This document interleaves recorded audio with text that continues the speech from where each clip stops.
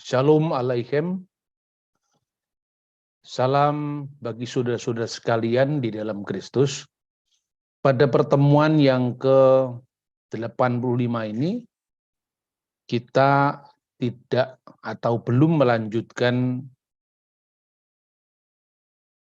tema yang kemarin kita bahas, yaitu dari kitab Esra dan akan memasuki kitab Nehemia, tetapi kita akan mengkaji sebagai suplemen. Karena kalau kita terus-menerus dengan tema perjanjian lama, kadang-kadang saya amati, itu orang hanya dijejali dengan peristiwa yang terlalu jauh. Peristiwa yang terlalu jauh itu sehingga relevansinya dengan zaman kita, iman Kristiani kita langsung itu dirasakan oleh banyak orang kurang. Padahal semestinya tidak. Tetapi untuk menjembatani itu supaya kita tidak bosan, saya akan memberikan selingan atau suplemen mengenai tema perjanjian baru secara khusus adalah sejarah gereja. Nah, kali ini kita akan membahas tema Nasrani bukan Kristen. Dalam percakapan sehari-hari di Indonesia seringkali orang Kristen disebut Nasrani. Tetapi kalau sudah lihat di Timur Tengah, orang-orang Kristen tidak mau disebut sebagai Nasrani. Mereka mengatakan kami adalah Masihi, artinya pengikut Yesus Mesias. Bahkan asal-usul kata Nasrani yang berasal dari bahasa Ibrani Nosrim, merujuk mula-mula pada jemaat Kristen di Yerusalem, tetapi karena perkembangan sejarah di mana para pengikut Kristus di Yerusalem itu dianatema oleh orang Yahudi pada konsili di Yamnia yang nanti kita akan bahas, maka dalam gelombang aliyah atau orang-orang Yahudi yang datang dari seluruh dunia ke Israel pada awal abad 20, itu mereka juga orang-orang terdiri dari orang-orang Yahudi yang percaya Kristus, atau orang-orang Yahudi Kristen yang datang dari Polandia, yang datang dari Amerika, yang datang dari Eropa. Mereka juga tidak mau disebut diri mereka Nosrim, tapi mereka lebih suka disebut diri mereka itu adalah Masihiyim, yaitu pengikut Yesua yang diyakini sebagai Hamasiah atau sebagai Kristus. Nah, saudara-saudara yang terkasih dalam Tuhan, berbicara tentang Kristen atau Nosrim atau Nasrani atau Kristen, bagaimana dua istilah itu dalam sejarah dipakai, tentu tidak bisa hanya melihat pada perkembangan di abad pertama dan kedua, tetapi kita melihat perkembangan di abad-abad kemudian sehingga nantinya sebutan Nasrani itu tidak lagi representatif mewakili kekristenan otentik, kekristenan aslinya. Kita bisa melihat dari sejarah bangsa Yahudi. Jadi Kristus pernah bersabda ketika para muridnya itu begitu mengagumi Beit Hamikdash, bait suci, rumah suci, ya, dalam bahasa Ibrani Beit Hamikdash, yang diterjemahkan ke dalam bahasa Arab Baitul Maqdis, yang kini di atasnya berdiri Masjid Qubatus Sokroh atau Masjid Kubah Karang. Yesus bersabda di dalam Markus pasal 13 ayat 2. Lalu Yesus berkata kepadanya, kau lihat gedung-gedung yang hebat ini, tidak satu batu pun dibiarkan terletak di atas batu yang lain, semua akan diruntuhkan. Dan nubuat ini kemudian digenapi ketika bait suci itu benar-benar diruntuhkan, diporak-porandakan ketika terjadi perang Yahudi pertama, di mana Jenderal Titus benar-benar menghancurkan bait suci di Yerusalem yang sampai hari ini selalu ditangisi oleh orang-orang Yahudi, dan itu tercatat di dalam dokumen orang Yahudi yang dikenal Megillot Ta'anit.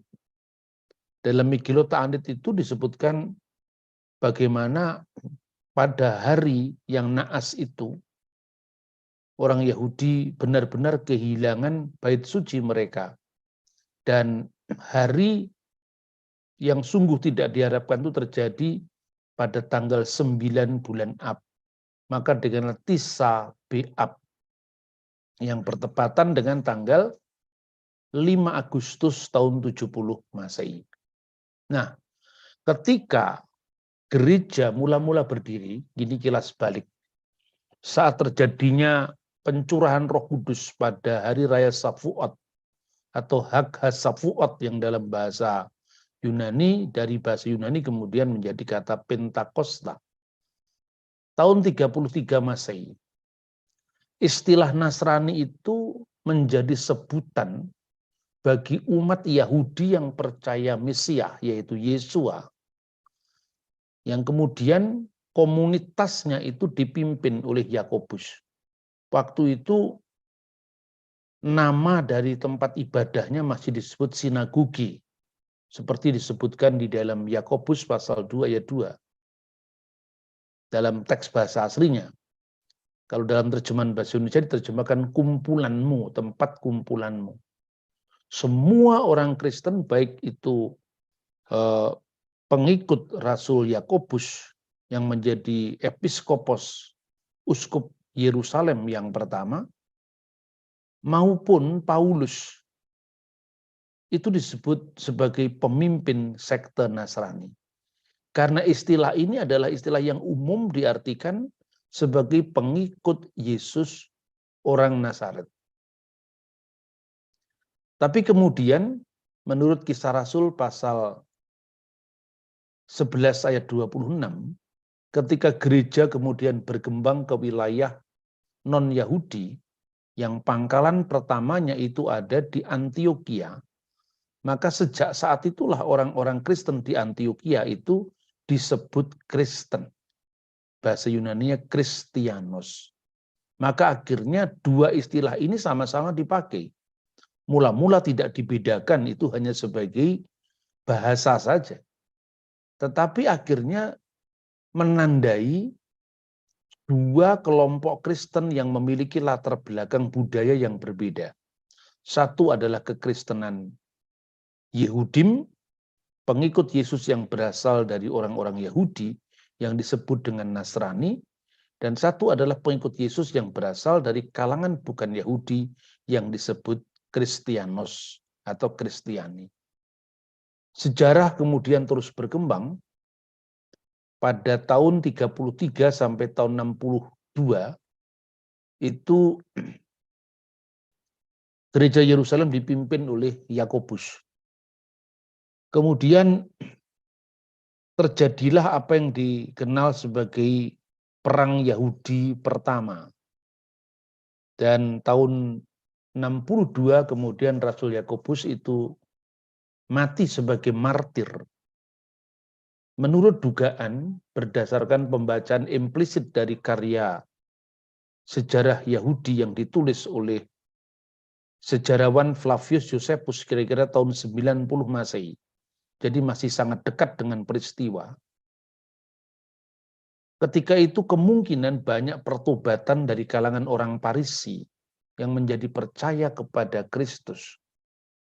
Nah, salah satu penyebab pertobatan itu karena pembelaan Rasul Yakobus kepada orang-orang Parisi yang menjadi korban dari tekanan finansial melalui misalnya persembahan yang dikuasai oleh imam besar Ananus bin Ananus yang berasal dari sekte Saduki. Dan akhirnya ketika waktu itu Albinus sebagai prokurator Roma yang menguasai Yudea sedang dalam perjalanan ke Alexandria, maka mereka memanfaatkan ketidakhadiran Albinus itu untuk menghukum mati Yakobus dengan prosedur yang tidak sesuai dengan tata cara hukum atau hukum acara yang semestinya dipatuhi oleh Sanhedrin atau Mahkamah Agama. Nah, kemudian setelah kematian Yakobus, gereja di Yerusalem itu masih diteruskan oleh para penerusnya yang beberapa dari mereka itu masih kerabat dari Yesus sendiri. Misalnya Simeon. Itu setelah kekosongan antara tahun 62, baru kira-kira tahun 70 bertepatan dengan runtuhnya Bait Allah itu, dia diangkat sebagai pemimpin Yerusalem tahun 70 sampai tahun 99. Lalu Justus, Sakeus, Tobiah, Benyamin, Justus kedua, Lewi, Efraim, sampai kemudian Yehuda atau Yudah yang menjadi uskup Yerusalem antara tahun 117 sampai tahun 134 ketika terjadi perang Yahudi kedua yang dikenal dengan perang Bar Kokhba. Nah, saudara-saudara, ada peristiwa yang cukup menarik. Pada saat perang Yahudi pertama, itu digerakkan oleh orang-orang yang mengikuti sekte Parisi, karena kebanyakan itu berasal dari gerakan rakyat, banyak rakyat semesta. Mereka-mereka yang ingin melawan pemerintah penjajah Roma dengan kekerasan, itulah yang disebut kaum Zelotes. Tetapi menjelang berakhirnya perang itu yang secara logika pasti dimenangkan oleh Roma, ada seorang rabi Yahudi yang sadar bahwa sebentar lagi ketika bait suci dihancurkan, maka masa depan orang Yahudi tidak ada lagi. Lalu dia minta izin kepada perwakilan Roma agar diberikan suatu tempat yang representatif untuk melanjutkan kehidupan keagamaan Yahudi, lalu ditunjuklah apa yang dikenal dengan kota Yamnia. Di kota inilah kemudian mereka mereformasi kehidupan Yudaisme yang akhirnya berkembang sampai hari ini yang dikenal dengan Yudaisme rabbinik. Dan bersamaan dengan memuncaknya konflik pada saat perang Yahudi kedua itu, maka stigma orang Kristen sudah dinyatakan sebagai sesat, yaitu dikumpulkan pada kelompok minim yang artinya kelompok sesat. Maka kutukan terhadap orang Kristen itulah yang dikenal dengan birkat haminim. Birkat itu sebuah kata penghalus dari kata kutukan kepada orang-orang sesat, termasuk kutukan orang Parisi terhadap orang Nosrim, terhadap orang Sedukim. Jadi yang dinyatakan sebagai tersesat bukan hanya orang-orang Nosrim atau orang-orang Nasrani, tetapi juga orang Saduki. Nah, saudara-saudara, perang Yahudi kedua berlangsung sekitar tahun 130. Pada tahun 132 mereka menang, dan bersamaan dengan itu pimpinan dari gerakan itu yang bernama Simon Bar Kosiba akhirnya disebut sebagai Simon Bar Kokhba, Simon si putra bintang, dan dinyatakan sebagai Mesias oleh Rabi Akiba. Tetapi pada tahun 135, ketika 4 tahun Israel merdeka di bawah pimpinan Bar Kokhba, maka Israel dihancurkan kembali oleh Kaisar Hadrianus. Yerusalem dibakar oleh Kaisar Hadrianus, kecuali gereja Sion yang selamat. Dan orang Yahudi terusir, kemudian berserak-serak di seluruh dunia. Pada saat pengusiran itu, orang-orang Yahudi yang percaya Yesus pun juga ikut terusir dari kota suci Yerusalem. Karena apa? Dikhawatirkan Orang Roma tidak peduli apakah dia orang Yahudi yang tidak percaya Yesus atau Yahudi yang percaya Yesus, aliran Parisi atau aliran Saduki, mereka tidak percaya. Selama mereka merindukan kota suci Yerusalem, selama mereka mengagungkan Eret Israel, tanah Israel, maka nasionalisme mereka akan terus menyala. Karena itu, sejak tahun 135, bersamaan dengan pengusiran orang Yahudi, baik orang Yahudi yang dikenal Parisi, orang Yahudi yang dikenal Muslim atau Nasrani, orang Yahudi yang dikenal dengan Saduki, diusir dari kota suci Yerusalem, dan sejak saat itu Yerusalem diganti namanya dengan Alia Capitolina, dan kota itu dibaktikan kepada dewa Jupiter. Sedangkan tanah Israel atau kota atau tanah perjanjian yang dikenal dengan Eret Israel, tanah Israel, diganti namanya dengan Syria Palestina. Karena provinsi Yudea disatukan dengan Syria, maka dengan sebutan baru Syria Palestina.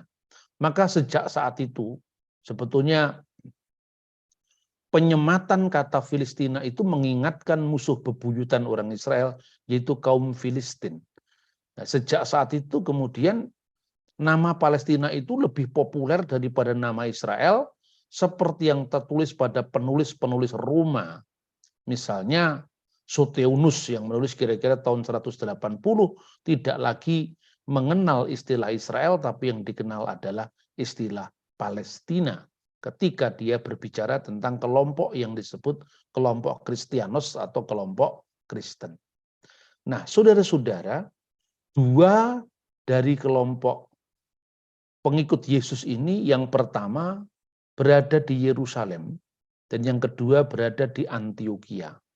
Nah, kita bisa melihat bagaimana kelompok Yerusalem itu dikenal sebagai jemaat orang-orang bersunat. Sedangkan jemaat di Antioquia dikenal sebagai jemaat orang-orang yang tidak bersunat.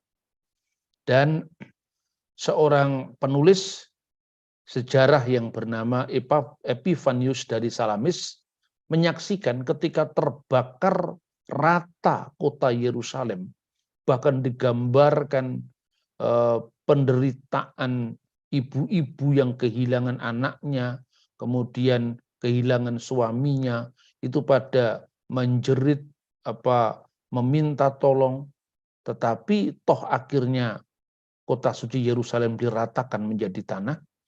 Tetapi ada satu gedung sinagoge Bukit Sion yang dikenal dengan Rumah Maria Ibu Markus, yang disebutkan dalam Kisah Rasul pasal 12 ayat 12. Itu satu-satunya gedung yang selamat dari penyerbuan dan penghancuran.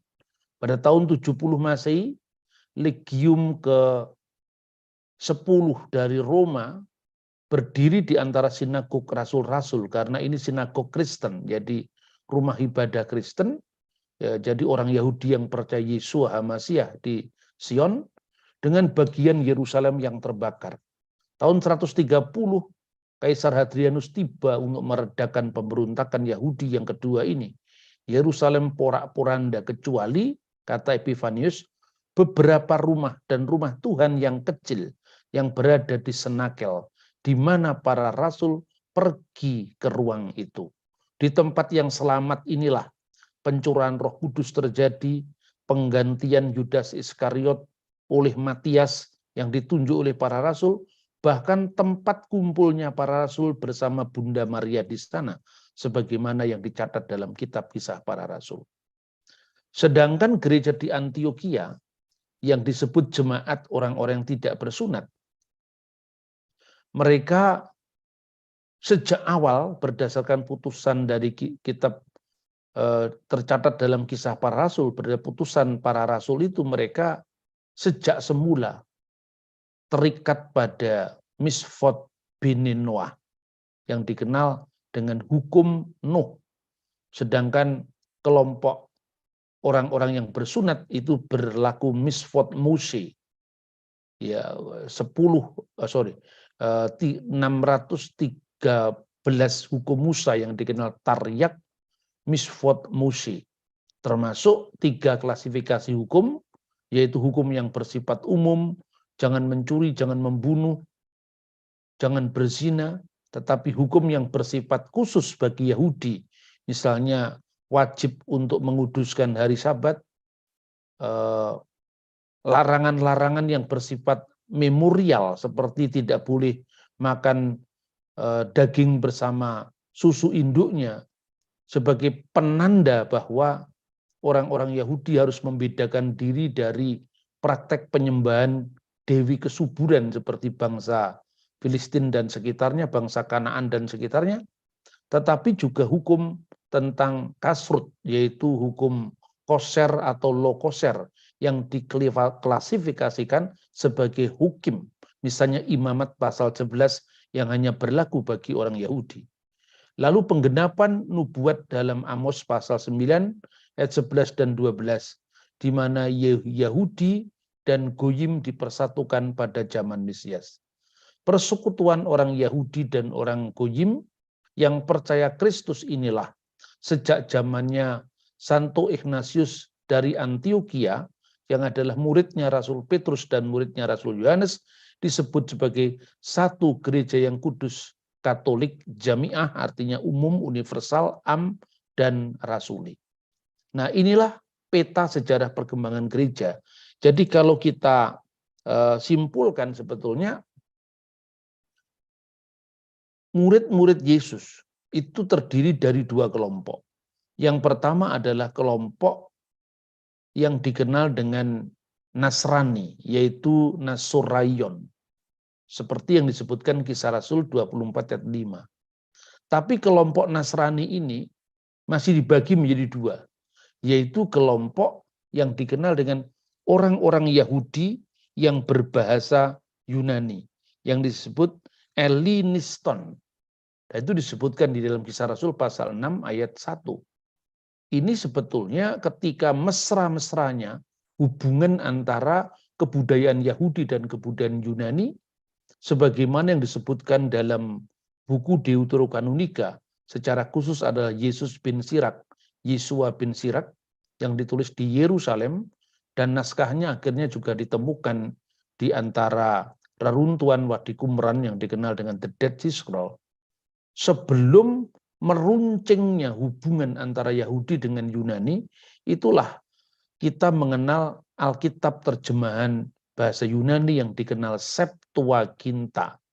Nah, sejak saat itu hubungan Yahudi dan Yunani sangat baik, sehingga Bet Knesset, rumah ibadah Yahudi, disebut sinagogi. Sinagogi itu bahasa Yunani. Juga nama-nama imam besar, nama-nama orang Yahudi menggunakan nama Yunani.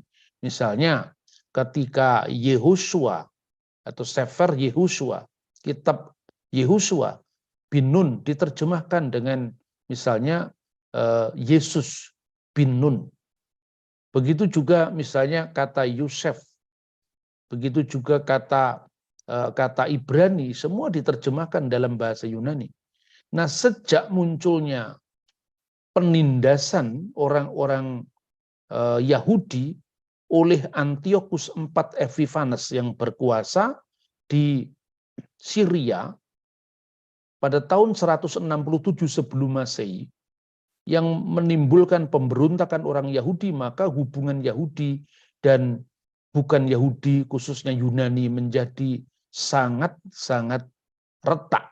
Sehingga saat itu, maka orang-orang Yahudi pada masa dinasti Makabe mulai menegaskan posisi mereka sebagai orang Yehudit atau Yudaism yang vis-a-vis dipertentangkan dengan Helenisme atau Helenisme, yaitu orang-orang Yunani. Nah, selain yang disebut Ellinistos atau orang Yahudi yang berbahasa Yunani yang menjadi pengikut Yesus, maka jangan heran kalau Perjanjian Baru ditulis dalam bahasa Yunani Koine, karena itu menjadi bahasa Yunani pasar, bahasa Yunani yang merata di mana-mana. Maka juga disebut orang-orang Ebraios, yaitu orang Yahudi yang berbahasa Aram yang ada di Yerusalem.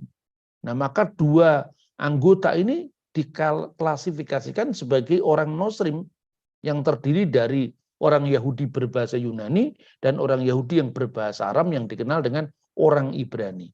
Baru yang kedua itu jemaat Kristianos, yaitu Kristen dari kalangan bukan Yahudi yang disebut pertama dalam Kisah Rasul pasal 11 ayat 26. Inilah catatan dari Flavius Josephus tentang pembunuhan saudara Yesus yang disebut Kristus, yang namanya adalah Yakobus. Dieksekusi mati setelah kematian prokurator Porcius Festus. Tetapi sebelum Lucius Albinus memulai jabatannya, ini disebutkan dalam Sejarah Kuno Bangsa Yahudi, buku ke-20. Dan itu dikira-kira pada tahun 62 Masehi, sebagaimana tadi sudah sampaikan. Imam besar Hanan bin Hanan, yang bahasa Yunaninya Ananus bin Ananus. Jadi memang lazim waktu itu nama-nama Ibrani dieja dalam bahasa Yunani. Tidak usah harus dipertentangan sekarang Yesus itu adalah orang Yahudi, kenapa namanya Yesus bukan Yesua. Itu sesungguhnya hanya hobi orang-orang yang tidak terpelajar, yang tidak ngerti sejarah, tapi ngertinya hanya kitab suci yang dibaca tanpa dilihat bagaimana keberdampingan sejarah panjang kekristenan dan perjumpaan multilingual dengan bahasa-bahasa lain yang tumplek-blek semuanya hidup di Galilea pada waktu itu. Dan saudara-saudara, maka kemudian Sanhedrin atau Dewan para Hakim memutuskan Yakobus bersalah atas tuduhan melanggar hukum. Padahal tuduhan itu tidak beralasan. Akhirnya dia dihukum mati dengan rajam. Padahal secara hukum acara, Sanhedrin tidak boleh memutuskan hukuman mati tanpa persetujuan dari prokurator Roma saat itu. Padahal prokurator Albinus sedang dalam perjalanan ke Alexandria.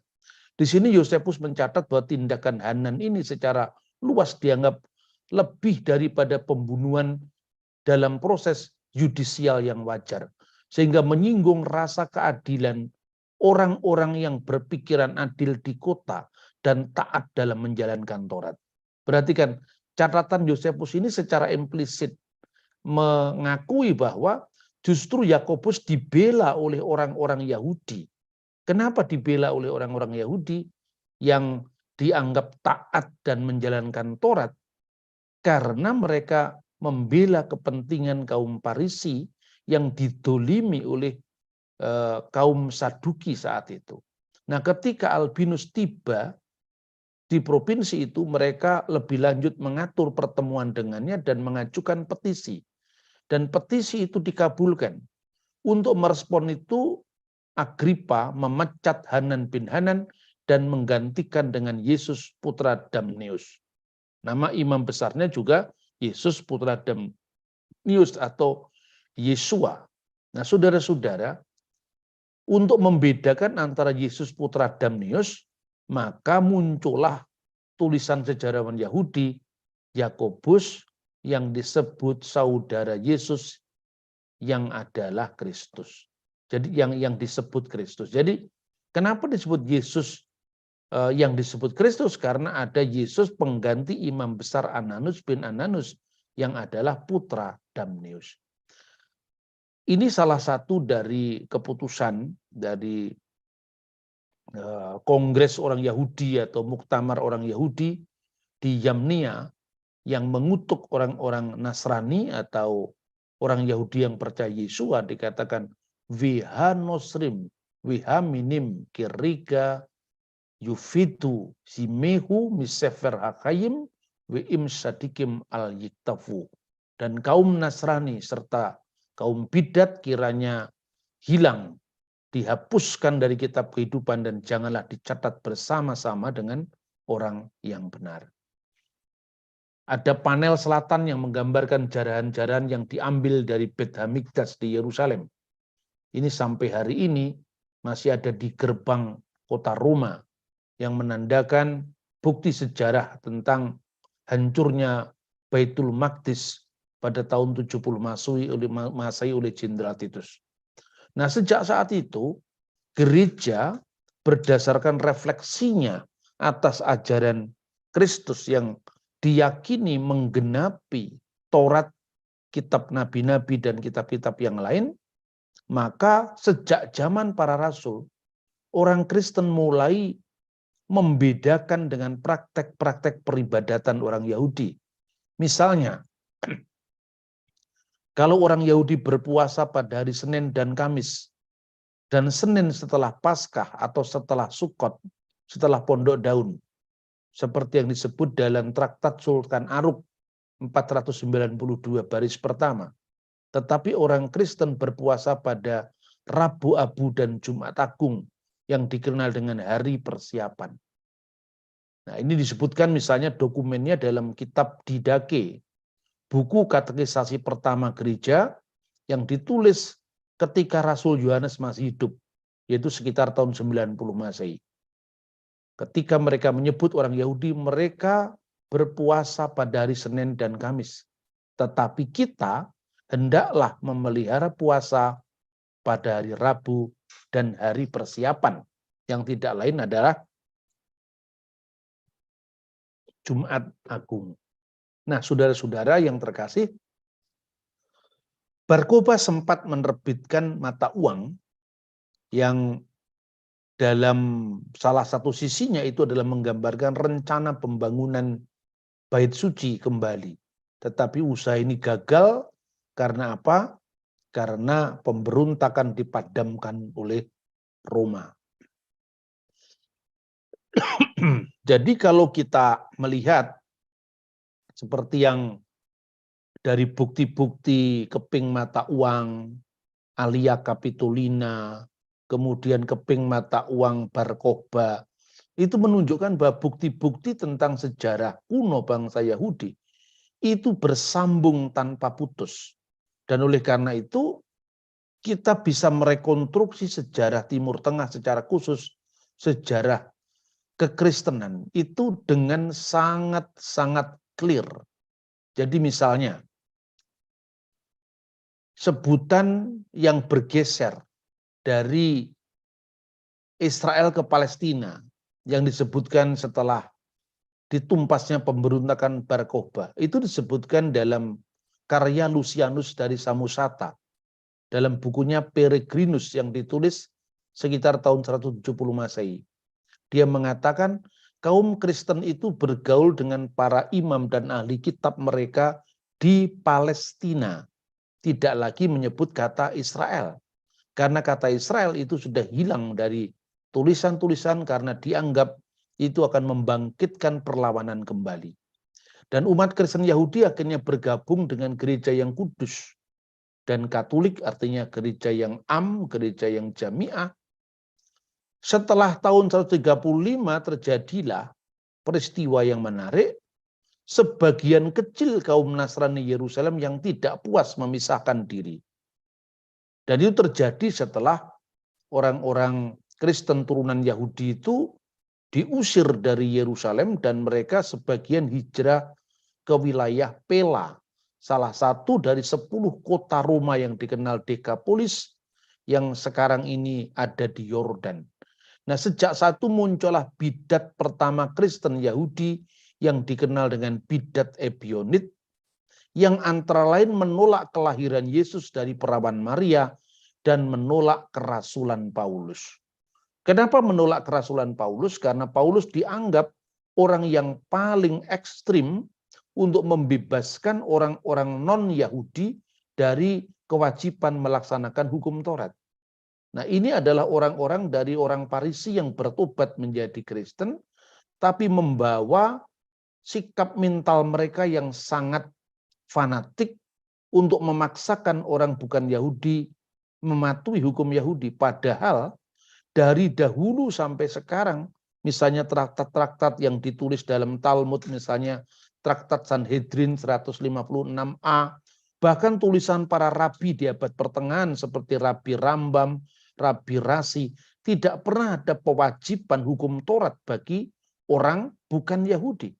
Tetapi dalam sejarahnya menjelang tarik Masehi, karena orang-orang Parisi itu selalu kalah dalam pertarungan ekonomi dengan orang Saduki, maka mereka aktif untuk memproselitkan atau aktif untuk meyahudikan, membuat bangsa-bangsa lain khususnya bangsa Moab, Yordan itu menjadi seorang Yahudi lewat proselitisme, supaya persembahan-persembahan mereka bisa dikelola oleh orang-orang Parisi. Karena apa? Institusi Bait Allah sudah dikuasai oleh orang Saduki. Nah, kelompok Parisi yang agresif untuk memproselitkan, meyahudikan bangsa bukan Yahudi inilah kemudian berhasil salah satunya pada zaman sebelum Masehi pertobatan keluarga Herodes Agung, sehingga Herodes Agung itu menjadi seorang Yahudi. Artinya seorang yang beragama Yahudi, proselit, dan beliau yang membangun bait suci, memperluasnya menjadi bait suci yang dilihat pada zaman Yesus sendiri. Maka Yesus mengutuk proselitisme dengan motif ekonomis ini ketika mengatakan, celakalah orang-orang Parisi dan ahli Taurat yang mengarungi lautan, menjelajah daratan hanya untuk menobatkan satu orang dalam agamamu, tetapi setelah itu kamu buat dia orang neraka yang lebih jahat dari kamu sendiri. Ini konteksnya karena agresivitas orang-orang bukan Yahudi yang kemudian diyahudikan oleh orang-orang Parisi, ya, agresivitas orang Parisi, tapi motifnya bukan karena pertobatan sungguh-sungguh, tetapi karena menarik persembahan dari mereka. Nah, saya kira dalam sejarah agama itu selalu berulang. Sekarang pun juga banyak sekarang orang yang atas nama pelayanan, juga orang tidak mikir itu pada pertobatan secara tulus, tetapi juga yang dikejar itu adalah persembahannya. Tetapi saya kira itu ada dalam setiap komunitas keagamaan. Ya, oleh karena itu, ya itulah hidup di dunia yang memang selalu kadang-kadang kecenderungan yang sama itu selalu cenderung terulang. Nah, dari sketsa sejarah panjang gereja itulah, maka ada 5 pusat yurisdiksi gereja.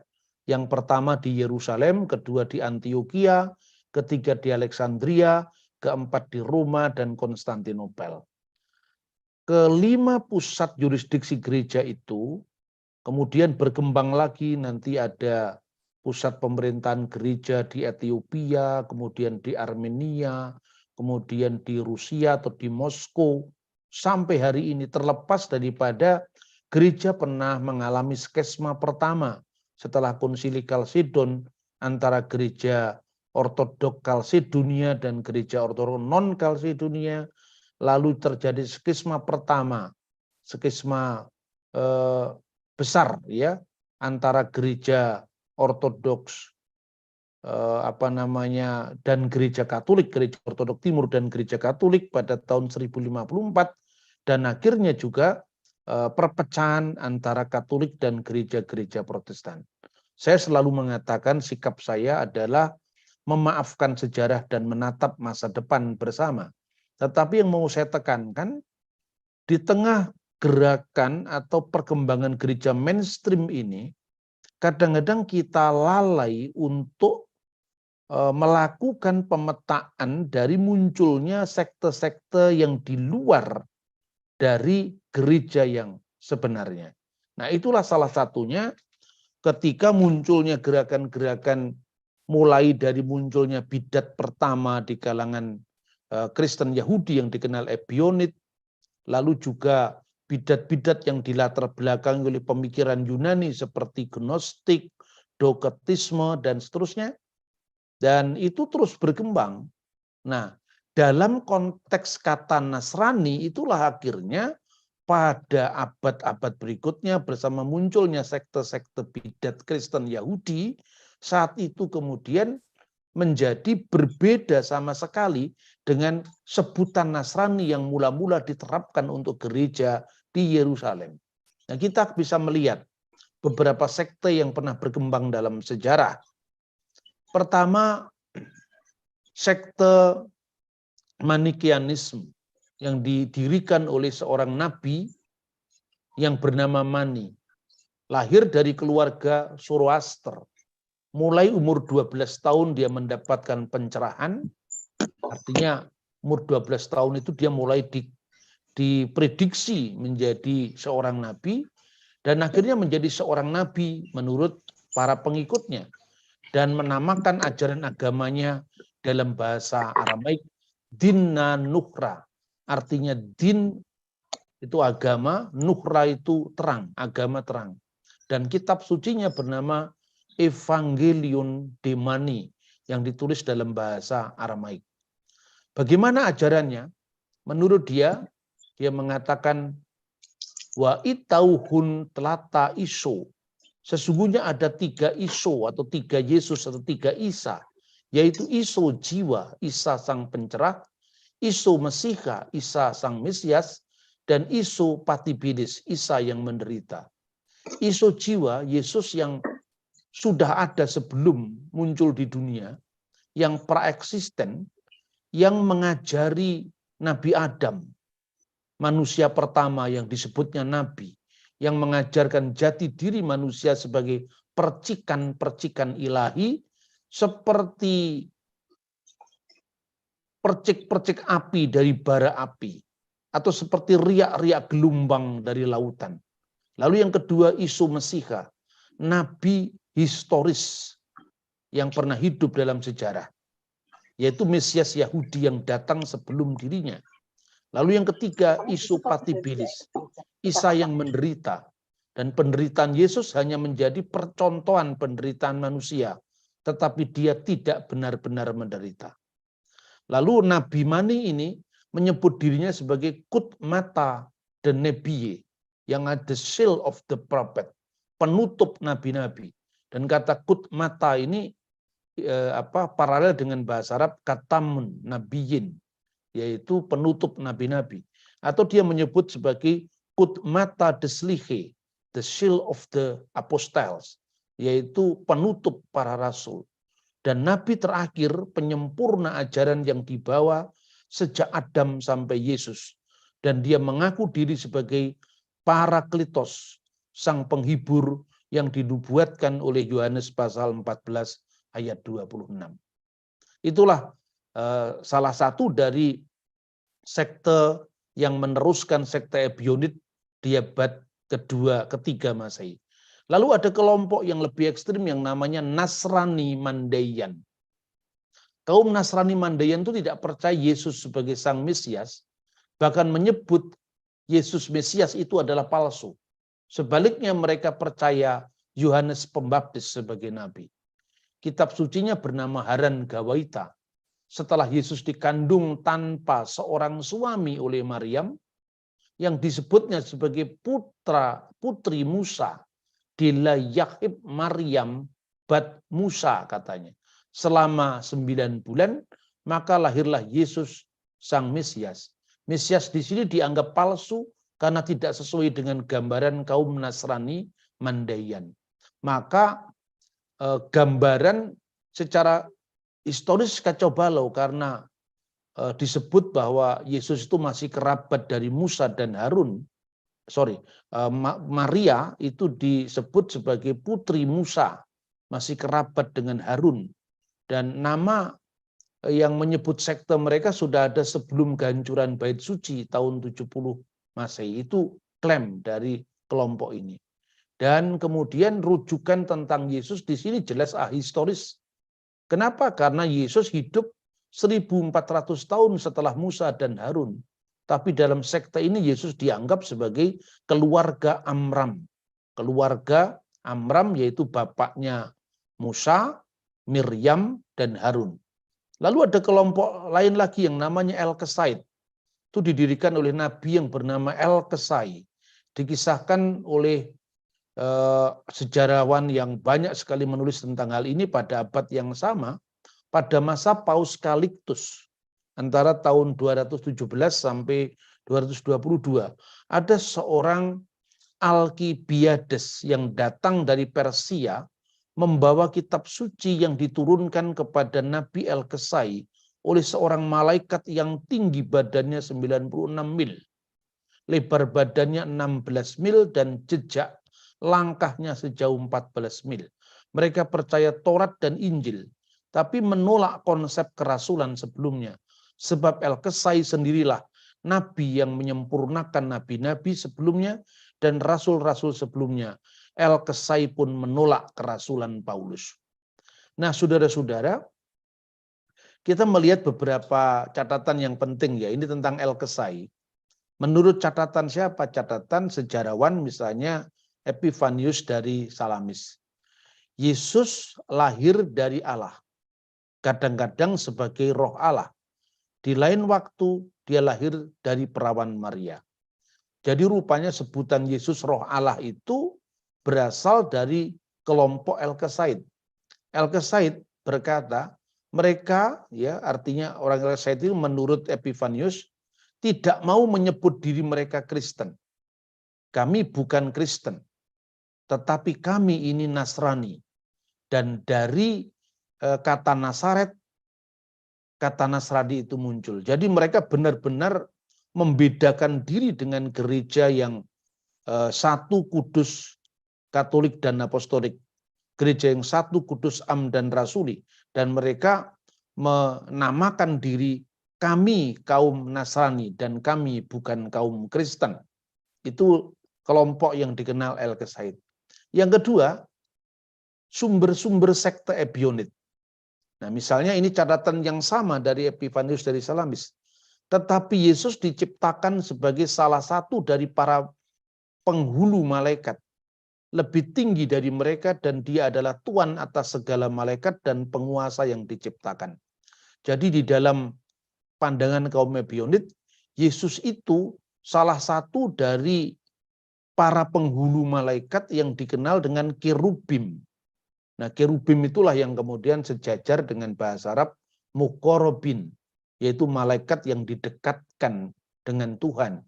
Nah, karena Yesus itu penghulu daripada malaikat itu.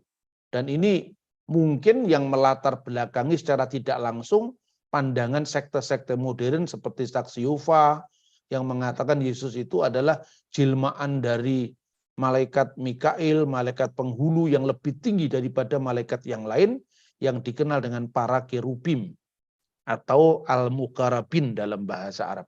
Kemudian orang Ebionit juga dikatakan oleh Epifanius dari Salamis, Yesus diciptakan sebagai salah satu dari para penghulu malaikat itu.